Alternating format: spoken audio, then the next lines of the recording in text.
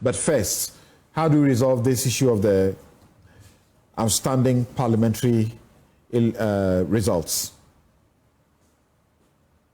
Well, Samson, thank you very much. I think that it is for purposes of smooth processes.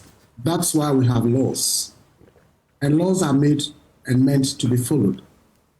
So when you have a situation where people at some point decide to interpret the law in a way that suits their interest and not as the law should be, we are bound to have some of the challenges that we are having.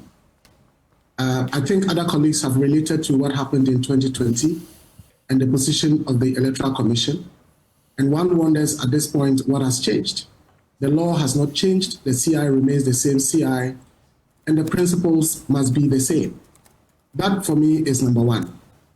Number two is that I think over the years, we've sort of tolerated impunity in relation to crimes committed during elections by individuals, by political party actors, and sometimes even by EC officials or officers. Because I don't remember the last time when after elections we are told, well, somebody has been prosecuted and jailed this number of years because the person was involved in this offense in relation to the election or otherwise. We remember what happened in Techima. People lost their lives, others got named as we speak, who have been punished for it. And if care is not taken, what we are witnessing now, and we already, as you said, 4 people have died, and if things continue the way we have always had, it means that no one is going to get punished. We all know that at the polling stations and at the constituency levels, the people who are often recruited as election officials are people who are known in the communities where they work.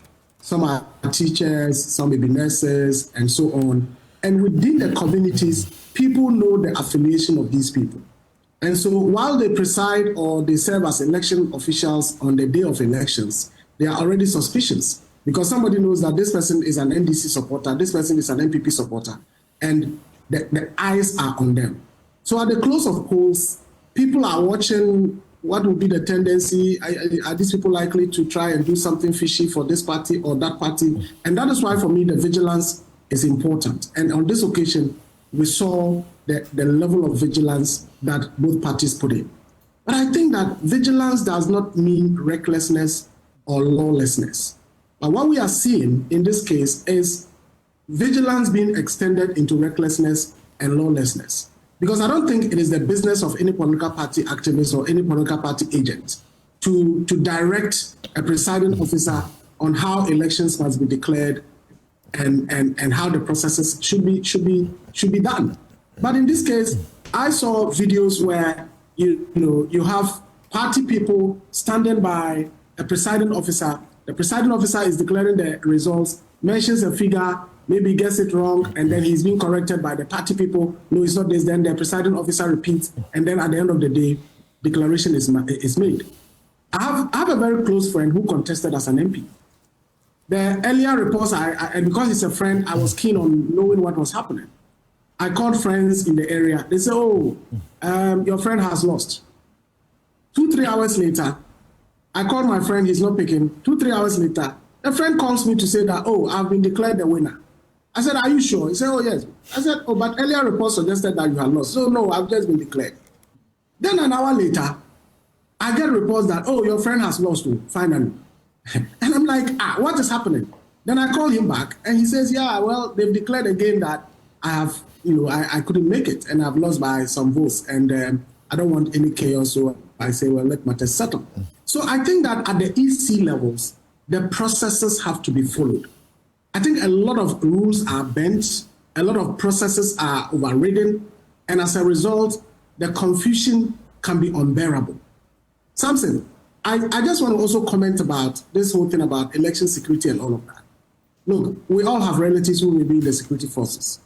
Prior to the elections, I think December 1 or so, we all read a statement from the Ghana Armed Forces saying that unless they are invited by the police, no military officer was going to be anywhere close to a polling station.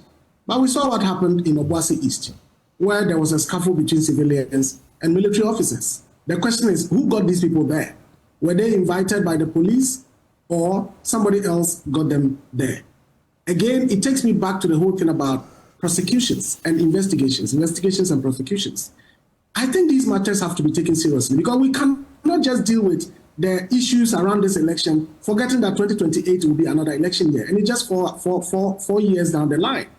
I think we have to implement processes that at least, even if we are unable to kill some of the ills of this particular elections, going forward, we will say that we have remedies for some of the things that will happen. Those military guys who were at Obuasi East, for example, who got them there? I think it is something that we have to investigate. And if they were there unlawfully, they have to be prosecuted.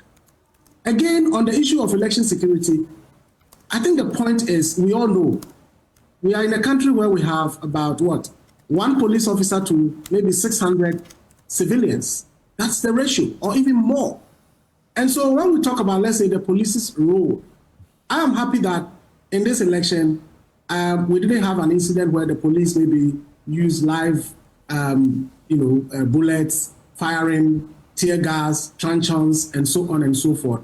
I think the incidents of death that have happened, I don't know if any of them can be attributed maybe to an action of the police. But it got to a point that I was quite scared about the possible action of the police and the consequences. Because at some point, the only option left to the police was to either deploy the use of force, either tear gas or whatever. And if that had happened... They had pepper spray. Or pepper spray. They had that. Yes, and I'm saying that if they had decided to resort to that, perhaps, the chaos emanating from that, the stampedes and all of that, no one can predict what could have happened. So the numbers of our police officers, and given that this is a national, this is not a by-election of about 5 or 6 constituencies or Greater Accra elections that you see, if all the police are deployed, they can do, they can maintain security and all of that. In Tepa, something is happening. Obuasi, it's something happening. Domango, something is happening.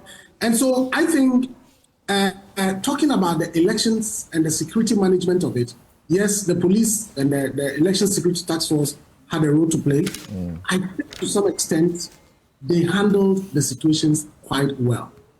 But the processes relating to the EC, I think is where we have to look at. Because what is the point in saying, carry the ballot boxes from Eastern region to Greater Accra to do recollation, when you have said, if you have any issues, go to court.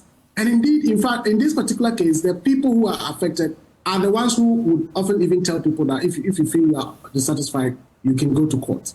So for me, it is the processes by the EC following the rules. And I think that our political parties must also learn to be honest. Samson, in all this, the parties themselves would know who won. But it is about either Takashi or let's go through these processes and possibly we can have our way through. Because if declaration had been made at the collation center at the constituency, that is what we all have to go by. If you are dissatisfied, go to court. Yeah, but you know what that is, and you and I know it. The parties, their calculation is this.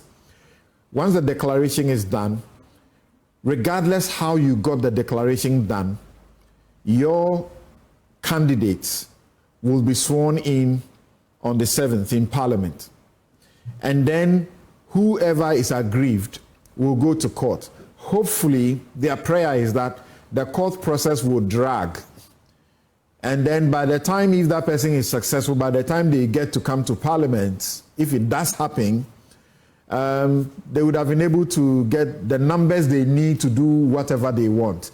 And so that is part of the plan. But some are asking, this is the NDC that regardless of what happens, they will still have the 2/3 majority that they need to do just about anything. So shouldn't they be the ones calming down? At least they also have the presidency with in excess of 1.6 million votes. Historic. Well, Samson, I think that in any case, if the NDC won 275 out of 276, I don't think that would be a reason to say that, in this particular constituency, we know we won, but we already have so much, and therefore let's forgo it. I don't think that will happen. For me, it's about what reflects the true will and wishes of the people who voted. And at all costs, we must pursue what the truth is. And that is why I believe that the courts must also put in place mechanisms to be able to expedite processes. No parliamentary election dispute should go beyond 3 months. And within 3 months, it is possible to have cases dispensed of, and then the true will of the people will prevail. All right. I mean, if we follow the processes and the rules, I think things will be fine. But the parties themselves know sometimes, we didn't win here, but we are trying to just bulldoze our way through. And all right. the EC must not allow those things to happen. Thank you. We'll quickly come and